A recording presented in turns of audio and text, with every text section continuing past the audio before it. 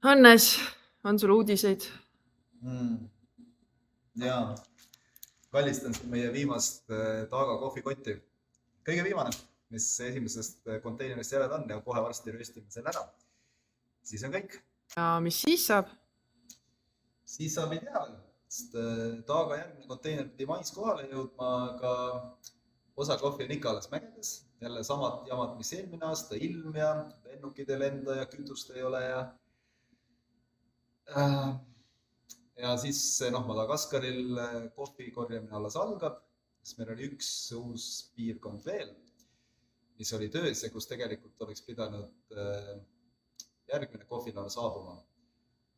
Aga nagu meie kohtades ikka, siis seal algas nüüd revolutsioon. Ja kohvi ei saa teele, sest teed on blokeeritud. Nüüd me ei tea, mis saab. Mõtlesime, et küsimegi teie käest, et mis siis teha.